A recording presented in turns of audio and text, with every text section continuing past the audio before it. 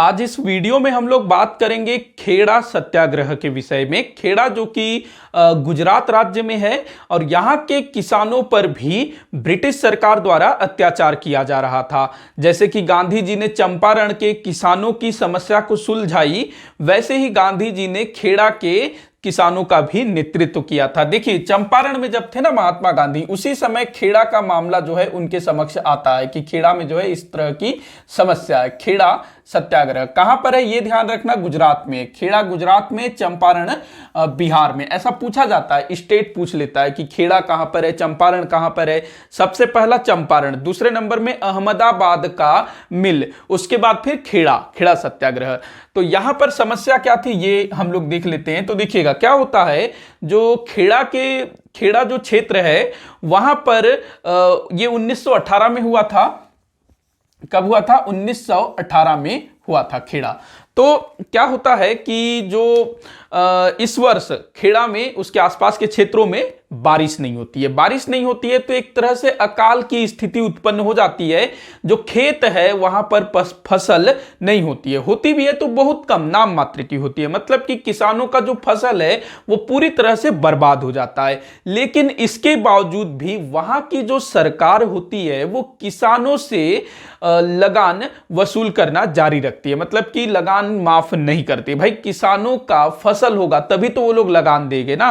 तो यहां पर जो किसान है ये समस्या गांधी जी से शेयर करते हैं, गांधी जी को पत्र लिख के बताते हैं कि हमारे यहां जो है अकाल पड़ गया, फसल नहीं हुआ। लेकिन इसके बावजूद भी किसान जो है वो पूरा लगान वसूल करने के लिए तैयार है और वसूली जो है की भी जा रही है। लोगों को जो है डरा धमका करके उन्होंने जो पहले संग्रहित कर रखा है उनको निकाल करके ले जा रहे हैं, इस तरह से बताया जाता है।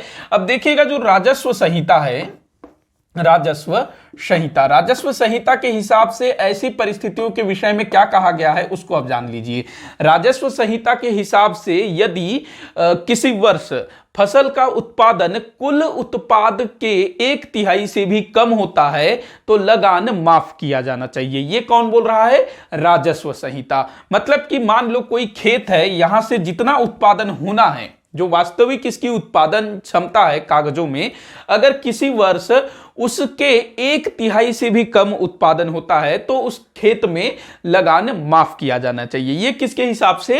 राजस्व संहिता के हिसाब से। अब जो किसान है वो खेड़ा का जो स्थानीय गवर्नमेंट होती है, इसके अलावा जो बंबई प्रांत है वहां के जो उच्च सरकार है वहां तक भी वो संपर्क करती है कि हमारे यहां जो है बारिश नहीं हुई, फसल नहीं हो पाई, तो हमारा जो इस वर्ष का लगान है उसको माफ कर दिया जाए। लेकिन जो सरकार थी वो लगान माफ करने के मूड में नहीं थी। उल्टे जो स्थानीय सरकार थी ना, उल्टा वो क्या बोलती है कि आप लोगों को लगान देना ही देना है और जो लगान नहीं देगा उसकी संपत्ति को जब्त कर लिया जाएगा, उसकी संपत्ति को कुर्क कर दिया जाएगा। मतलब कि नीलाम कर दिया जाएगा। पशुओं को हम जो है जब्त कर लेंगे, उससे बेच करके आपका लगान की भरपाई कर लेंगे। इस तरह से जो है स्थानीय सरकार किसानों को धमकी देती है। तो ये तमाम चीजें वो लोग जो है महात्मा गांधी जी को बताते हैं और गांधी जी यहां पहुंचते हैं और फिर यहां अपना नेतृत्व संभालते हैं। अब देखिए यहां दो लोगों का नाम याद रखना है। एक सरदार वल्लभ भाई पटेल, सरदार वल्लभ भाई पटेल। दूसरा याद रखेंगे इंदुलाल याज्ञिक। मैं नाम लिख देता हूं, वल्लभ भाई पटेल, ये अभी सरदार नहीं बने हैं, ध्यान रखेंगे, वल्लभ भाई पटेल। उसके बाद दूसरा नाम याद रखना है आप लोगों को, इंदुलाल याज्ञिक, इंदुलाल याज्ञिक।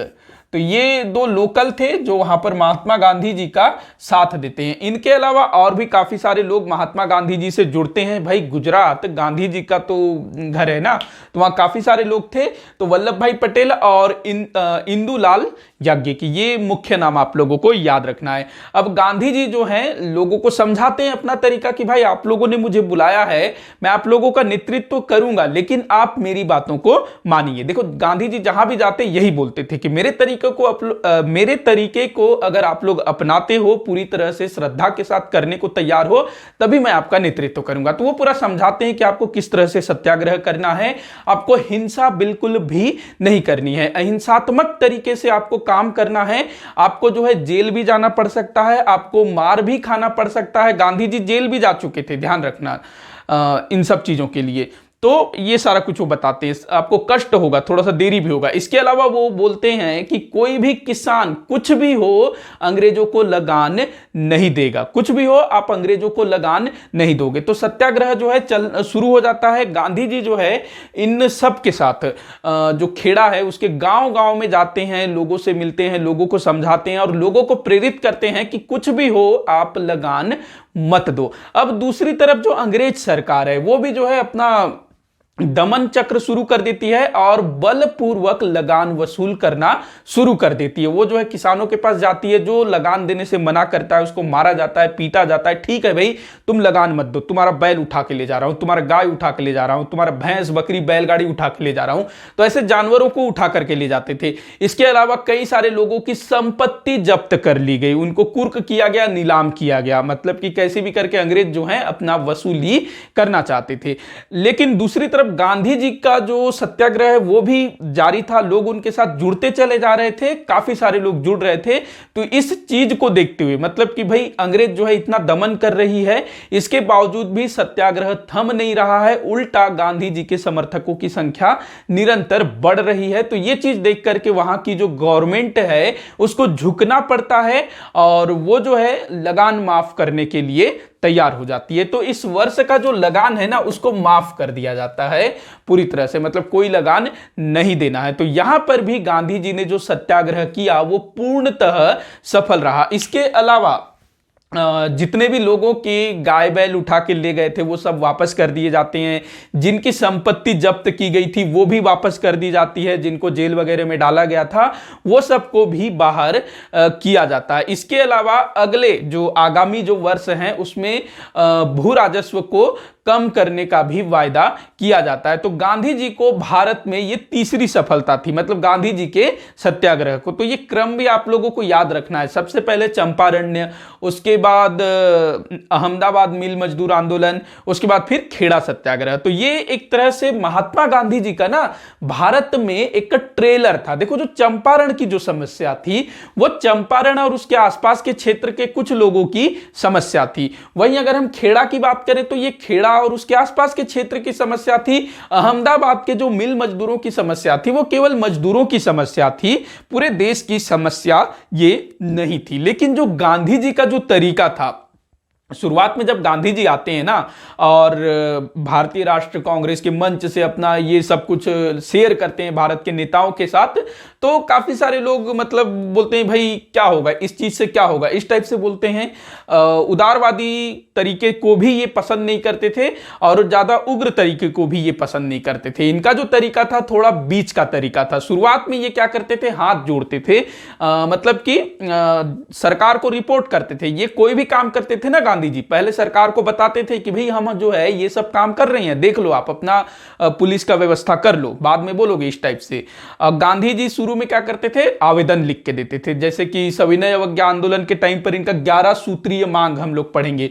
उसके बाद इनका अगर आवेदन की सुनवाई नहीं होती थी तब ये जो है आंदोलन करना शुरू कर देते थे। मतलब कि उदारवादी और जो उग्र विचार वाले नेता थे, मतलब कि गोपाल कृष्ण गोखले जो उदारवादी नेता थे उनके गुण इनमें थे। बाल गंगाधर तिलक जो थोड़े उग्र तरीका अपनाते थे ना, उन्होंने ही सबसे पहले असहयोग आंदोलन किया था 1905 में, मैं बता चुका हूं आप लोगों को। तो ये चीज है, तो ध्यान रखेंगे। इसके बाद हम लोग आगे अगले वीडियोस में पढ़ेंगे असहयोग आंदोलन और उसके बाद का बाकी सब कुछ।